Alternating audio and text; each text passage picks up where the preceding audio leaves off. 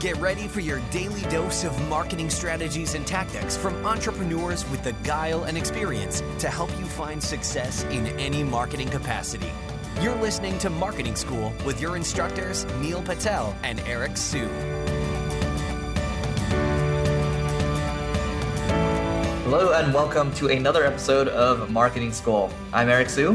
And I'm Neil Patel. And today we're going to talk about 7 creative ways to increase your Google rankings.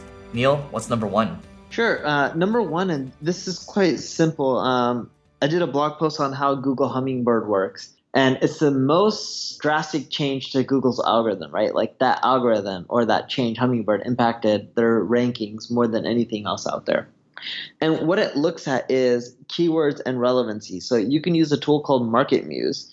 You can go look at any one of your blog posts that are ranking, type in the keywords you're going after, and it'll tell you all the phrases and words that you're not including on the page that you should include. So Google uses their LSI technology, and it tells them, think of like a thesaurus or synonyms, in which it tells them, hey, for this page to really be about this topic, let's say SEO, it should also be talking about digital marketing, inbound marketing, Google AdWords, etc.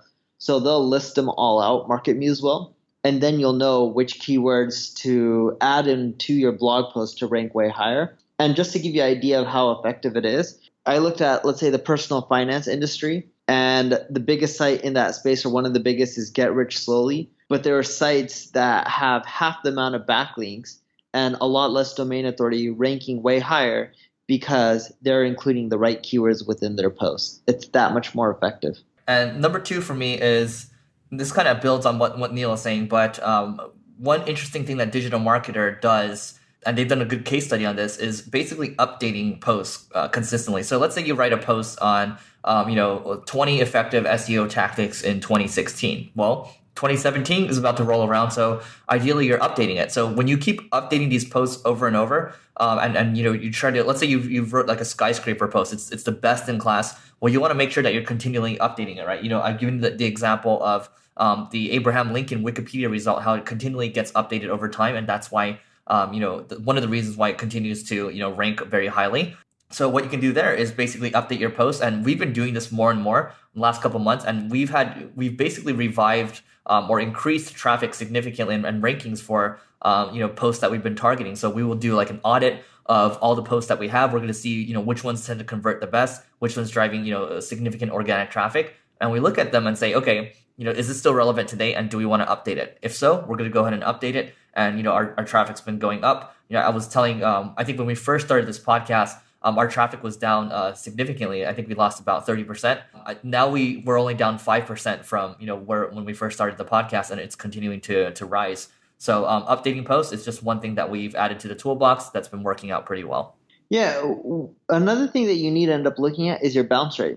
If people are bouncing right off your site, do you think Google's going to rank you higher? Right? The simplest way to look at it is if someone does a search, they click on the result, it goes to your webpage, and within a few seconds, they bounce back to the Google search result. You think they're not tracking that, right? They're looking. If everyone keeps going past the number 1-2 result, the number 2 result, and they all stick on the third result because it's more relevant, what do you think is going to happen?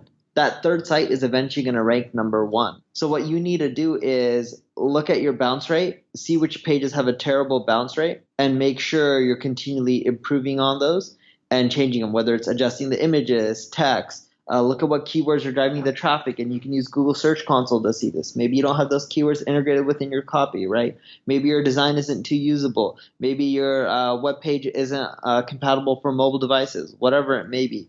But ensuring that you have a lower bounce rate will help increase your rankings over time. If you decrease your bounce rate drastically, you're not going to see an increase in rankings overnight.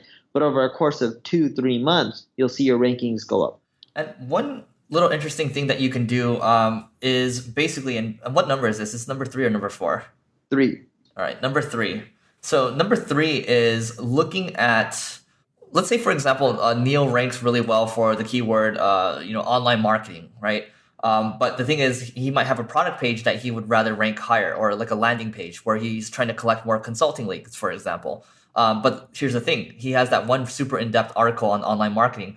Well, one thing you can do is called content flipping. So what you would basically do with the online marketing blog post, you would add a canonical tag to it and then point it towards the product page or landing page that he's trying to rank. And this is content flipping.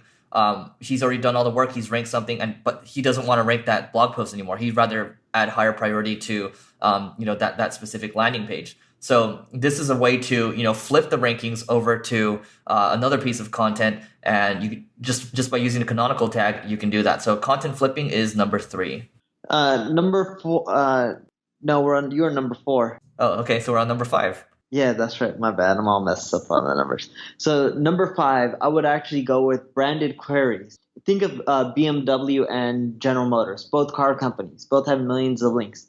How should Google determine which site to rank higher? Well, one interesting thing that it seems like they're looking at is branded signals.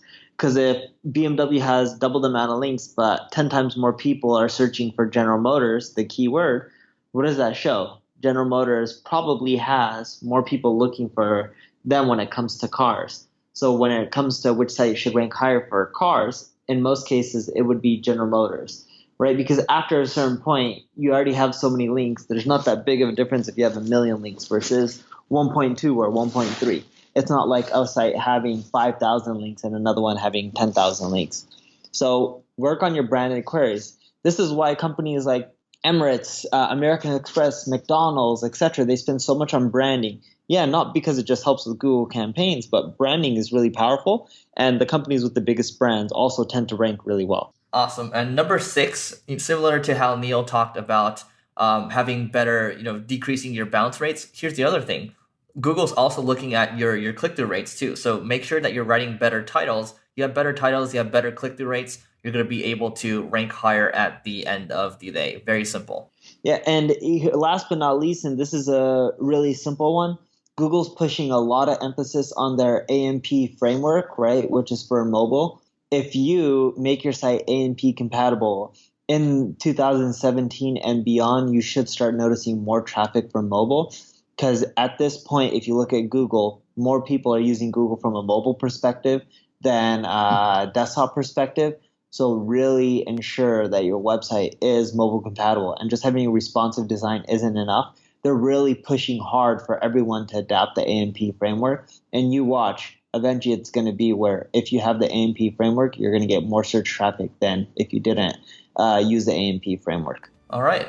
That's it for this episode of Marketing School. We'll see you tomorrow. This session of Marketing School has come to a close. Be sure to subscribe for more daily marketing strategies and tactics to help you find the success you've always dreamed of. And don't forget to rate and review so we can continue to bring you the best daily content possible. We'll see you in class tomorrow, right here on Marketing School.